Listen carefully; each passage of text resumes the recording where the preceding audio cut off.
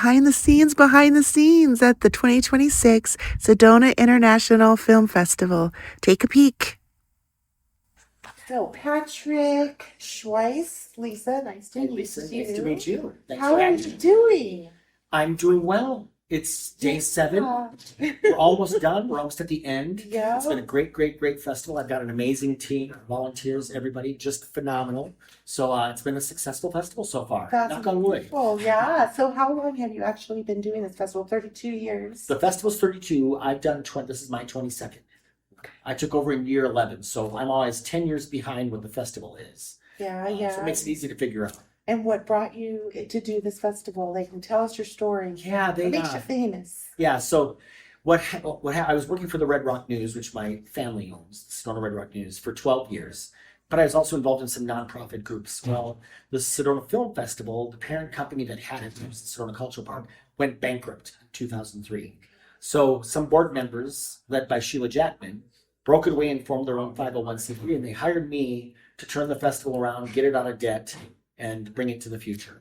All right. So I assembled a team, and the rest is history. The rest is history in the making. Yeah, exactly. Yeah, so it's worked out. It's been a really wonderful. Okay, so why don't you, I'd like to know, like, what's your favorite part of putting this festival together? I know it's an international festival. Can you just share a little bit about, like, what your favorite thing is about this event? Yeah, that's actually a really good question and an easy question. There's 3 or 4 days of my year that are my favorite. And it's when we made all the decisions of what films are going to be in the festival, I get to personally call all those filmmakers and congratulate them and say, you're an official selection of the Sedona International Film Festival. So it gives me great joy and great pride. And it's fun to hear their reactions. You know, they're just, some of them scream into the phone, some of them are at a dinner party, they hold me up, put me on speakerphone and say that again, say that again. And they get really excited. And that's kind of when the magic begins. That happens usually in late December, early January. Okay. So then for the next month and a half, 2 months leading up to the festival, I mean, it just becomes really getting to know these 150 filmmakers that have films in the festival and really getting to promote their films. And it just kicks off officially the film festival season. It's amazing. It's remarkable. Sounds amazing. Yeah. Sounds amazing. I've had a chance to speak with a couple of people, and they all feel so honored to be here. Yeah, it's a wonderful thing. You know, we're known for how we treat the filmmakers. So we're a very filmmaker-friendly film festival. I've heard. And we treat them like they are the celebrities, which they really are. We wouldn't have a festival without them. We are their storytellers. They put their story on film. We're the storytellers that help spread that story. So we take that responsibility very seriously, and we try to do the very best we can to fill the theaters full, to have, you know, thought-provoking Q&As, and really treat them special when we roll out the red carpet. We have their lanyards are purple because we treat them like royalty. Exactly. That's wonderful. That's wonderful. Okay, and so I think, like, one of the things that intrigued me also was how people respond, because it is an international festival and people are coming from all over the US and worldwide. Oh, absolutely. Yeah.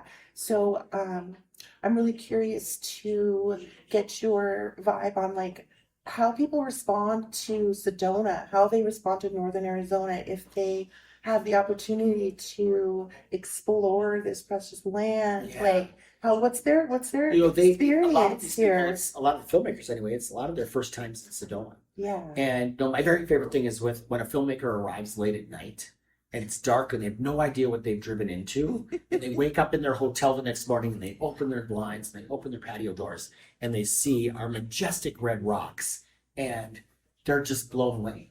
And so we have this natural beauty that I know that helps us also with filmmakers wanting to come here and with audience members wanting to come here, because we have a beautiful place to be. Yeah. So what do we do with you when we get you to our beautiful place? We put you in a dark theater.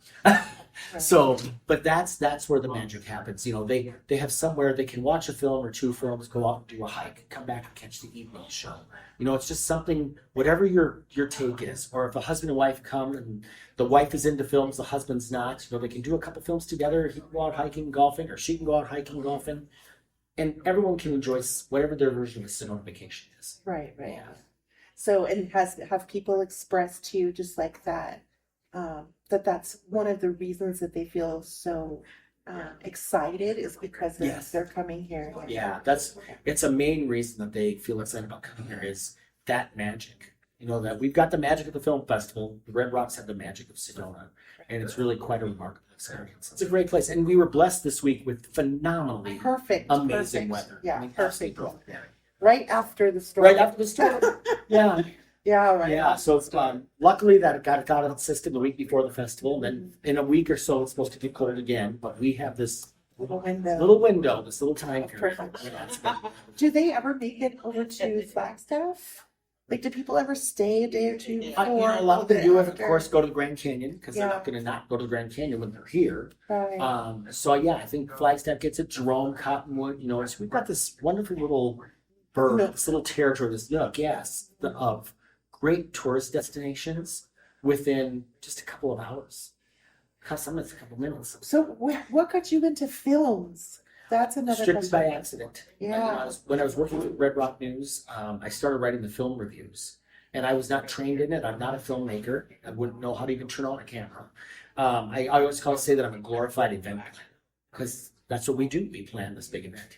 But I really do love films. I love watching films. I like thinking about them, talking about them.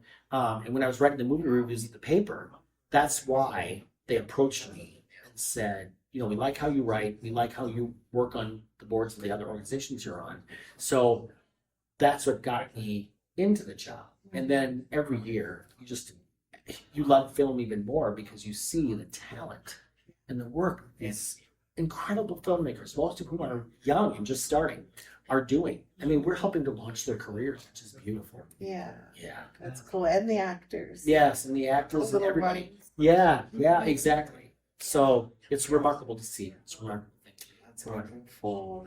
Well, I guess my last question would just be, you know, if you had something of your heart to share with our viewers, readers, what would that be for you personally and as representing the Sedona International Film Festival, like your heart and just anything that you feel like you would want to share? Sure. Well, Share with people. it's funny that you say from your heart because just the day before yesterday, someone came up to me and asked me probably the hardest question I've ever been asked, and that's describe your festival in one word. And you know, the marketing guy in me went to inspiring, thought-provoking, blah, blah, blah, blah, blah, blah, blah. He goes, no, just don't put it that way. Just think of it in one word because he said, I have the perfect word to describe it. And I said, what is that? He said, heartfelt.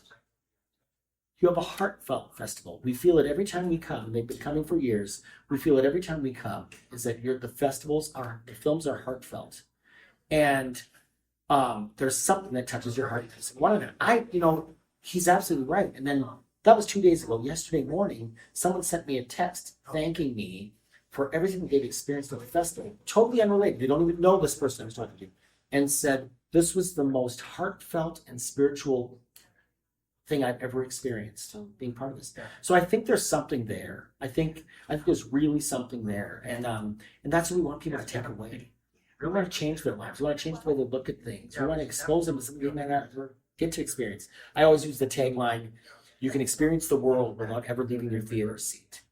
Because we take you to the different countries. We take you to different stories. We take you to the middle of the ocean where they're saving the coral reefs. You know, we take you to Alaska. We take you to the Antarctic. Venezuela, yes. Also, and of course, in the United States. It's a really wonderful experience that over 9 days, you can be taken quite literally everywhere. Well, I've had a jolly time. Nice. I I'm so glad. have felt very welcomed, and everybody's been so kind. I'm so glad. And I consider it an honor to Thank you. have been part of this as well. And I'm